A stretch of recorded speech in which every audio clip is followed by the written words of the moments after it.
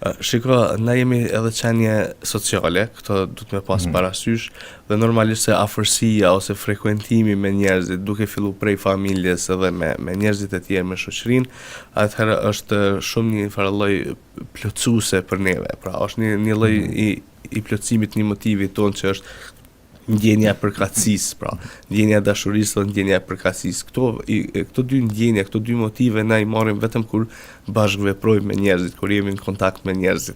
Dhe kjo është një mundësi e mirë që për shembull Ramazani përveç se e rekomandon ose bën thirrjen to, edhe e ofron në një farë mënyrë dhe njerëzit e nin ose harmonizohen me këtë gjë.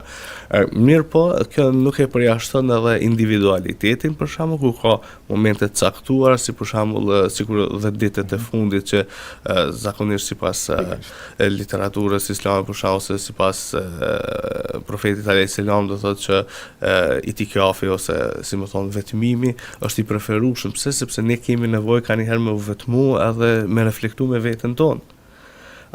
Mos harroj të ceki për shembull edhe në rande terapeutike që gjatë leximeve kam has, edhe pse në rajonet tona ajo nuk ka ardhur akoma, mirë po kam has se po ekzistoi në botë një lloj terapie që quhet monk terapi, ose si më thon terapia e murgjve.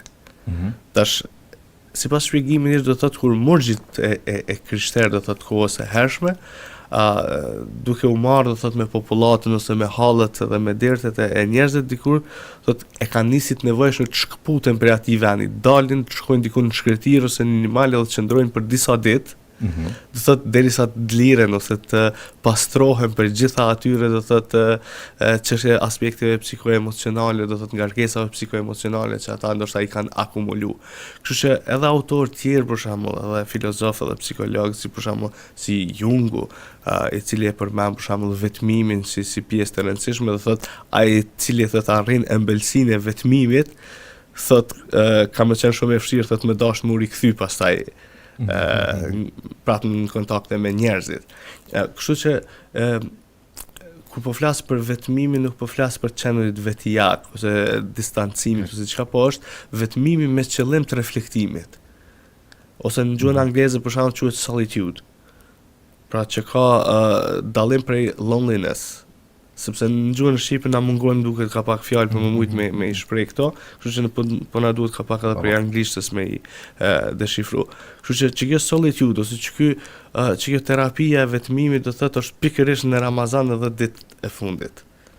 Kur ne për shembull tërhiqemi, ndoshta jo deri në atë pikë të izolimit, po tërhiqemi si për shembull prej shumë gjërave të përditshme që na i kemi bërë, për shembull kontaktet me njerëz. Shiko, është e pamundur të jesh në kontakt me njerëz të mos përfolesh ose të përgojosh diçka, do thotë, sepse na jemi njerëz dhe rrëshasim shumë shpejt.